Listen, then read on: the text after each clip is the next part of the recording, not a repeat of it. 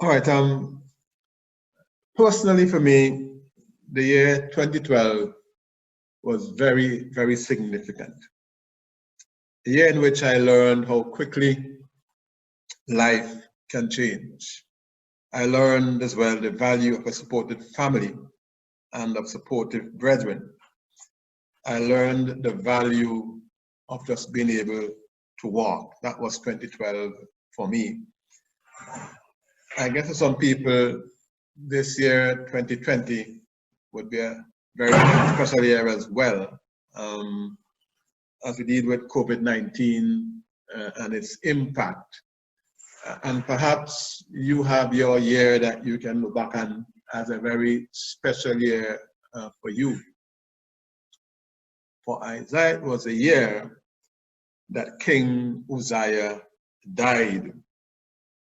In that year, he had a vision of God which changed his view of himself and made him volunteer for God's service. And that's our focus this morning as we seek to examine the scripture read, Isaiah 6, verse 1 to 8.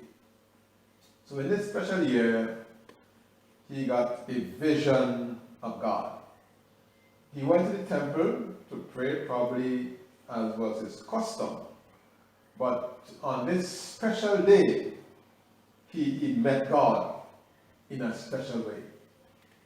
He saw God in his preeminence.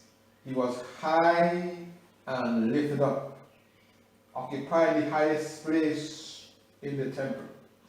And his train filled it. In other words, there was no room for anything else or anyone else. There is nobody like the Lord. He is high above all. In all things he has his preeminence. And if we see God in this way, then we get to his work, because what was done for a God who is like this, then we have to give it the best that we've got. Today, things are kind of mixed up. God's people must have the best, we tend to say. But really, the best belongs to God. And we need to see God in his preeminence and put things in perspective. Isaiah saw the preeminent God. He also saw God in his purity. Though unfallen angels, the seraphim dared not look directly at God. They covered their faces as they cried, "Holy, holy, holy." Isaiah saw God as pure and sinless, the embodiment of everything that is good and worthwhile. You see, sin is foreign to God's nature. Isaiah refers to God as the Holy One of Israel. This is the God who demands that his people be holy. The holy people representing a holy God. Isaiah further saw God in his power. The doorposts moved at the voice of him that spoke. The house was filled with smoke. It reminds you of Mount Sinai when the Lord came down, and the mountain shook. The God we serve is a mover and a shaker. He's not simply a figurehead like a governor general or something. He's a God who rules, who gets things done, and nothing is too hard for him. Remember Abraham and Sarah when they thought they couldn't have a child, and God says, "No, I can do this, I'm God." We think of Mary when the angel came and told her she could have a son, and she wondered how this could be. She was told, with God, nothing is impossible. The God we serve is a God of power. The Great Commission is prefaced with these words: "All power is given unto me in heaven and on earth." We can face any challenge before us because our God is able. We focus not on our problems, but on the God who has power. Isaiah saw him in his power. And when we see God in his power, everything changes. The things that seem to be giants in our way become small because of the God that we serve. And today I trust that we get a vision of God. We see him as Isaiah saw him in his preeminence, his purity, and his power. And when Isaiah saw him like that, it changed his view of himself. In Isaiah 5, for example, he pronounces woes on Israel. 6 woes, on a number of different things. Greed and drunkenness, corruption, mix-up values, all these things are condemned. Woe unto you. But woe number 7, he says, woe is me. He sees himself as unclean. And this is a consistent pattern in Scripture. When people see God, they see themselves differently. So take Job. Job 1 verse 1. He's described as being perfect, upright, fearing God, and avoiding evil. This Job we would describe as a mighty fine fellow. But when Job saw God, he said, I abhor myself and repent in dust and ashes. Next to God, his good qualities were as nothing. Take John. He belonged to the so-called inner circle of the disciples. So, for example, at the house of Jairus, just Peter, James, and John went in with Jesus. On the Mount of Transfiguration, again, Peter, James, and John were there. This John reclined in the Lord's breast, at supper. But when he saw the risen Lord in his glory, he fell at his feet as dead. Revelation 1 verse 17. We tend to think of ourselves as not so bad.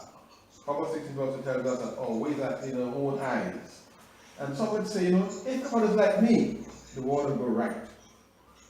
It takes us to see God, to realize that the best we have is as filthy rags in God's sight. That we are righteous, not in ourselves, but in him. And when we see ourselves this way, we are ready to be used of God. For one, we are forever grateful for our salvation. Paul said, the chief of sinners, the one who deserved to be banished from God's presence, yet by God's grace, he became who he was. So forever grateful for salvation when we understand who we are in ourselves. Also means that when we serve God, all glory is his. Paul speaks of a treasure in that's 2 Corinthians 4 verse 7. So that the excellent power will be of God, not of us. The credit goes to God. Paul may plant, apart from the water, but God gives the increase. Always the glory is God's. When we understand that we are nothing, that we are unclean in ourselves. It also means we never become too big for our boot, so to speak. The same Uzziah was mentioned, in the first verse of our reading. He sought the Lord as a young man when he got the throne. And we're told, as long as he sought the Lord made him prosper. 2 Corinthians 26 verse 5. But the time came when Uzziah became strong. And his hand was lifted up. And he tried to go in to burn incense in the temple. The priest said, that's not for you, Uzziah. He wouldn't listen. And he was smitten with leprosy. He had gone to a thought that he was the person. When we understand that we are nothing, we are not going to reach that position of Uzziah. We realize that we have not yet attained. There's still much more to go. And we trust the Lord for grace to continue. When we realize, like Isaiah, we are unclean. It also means that we are going to submit ourselves to God's cleansing. For you see, he confessed he was unclean, and God came to him knowing that he had a job for him to make him fit to do that job. He sent the seraph with the life coal and 5 pieces of purification God's plan is to purify us, to refine us like precious metal, burn away the impurities, and leave the good stuff behind. I remember learning a song at a camp years ago. Living God, consuming fire, burn the dross of my life. That's the thought, that God applies fire to us to purify. And God's word is described as a fire. Jeremiah 23 verse 29. And if I apply God's word to our life constantly, it's going to burn away those things that won't belong. I recall something in the Bible, years ago, somebody gave this Bible. And the words were, this book will keep you from sin.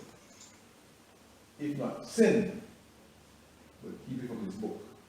But you see, if we read the word constantly, it's going to impact us in some way. And if some parts of it burn us, it's for a good that we take action and be purified. So God uses the word to purify us. He also uses affliction to do that. Daniel 11 verse 35, it talks about those who have understanding will fall, to test and make them white. And the fall here has to do with suffering, affliction. You see, sometimes when we go through these situations of difficulty, we are supposed to look away from the things around us and look to God, who is our source. But you see, the things of this world, for example, money can buy a house but not a home. You see, we need God's help. And so sometimes God puts things in our way, in our situations, to make us look to Him. There's a church in Revelation, a church called Smyrna. It's the one church that the Lord says nothing bad about, basically. They were very poor, they were suffering. God said they were rich, and urged them to be faithful. Suffering, it seems, has a purifying effect on us. You see, in a way, if you are being killed for your faith, then you can't be playing church. And so suffering has this way of purifying. Now Isaiah did not refuse the life cold. You would expect normally that if someone's coming towards you with something, that's fine, you would pull back, you would recoil from it. That was, if you remember Tom Sawyer, how Aunt Polly got the tooth out, just bringing fire towards Tom's face, and he jumped back. But if you understand that God sends affliction for a purpose, then we submit to it. That God is doing these things that we might produce righteousness. So we submit to God, and allow Him to work in us so that our lives would be how they were meant to be.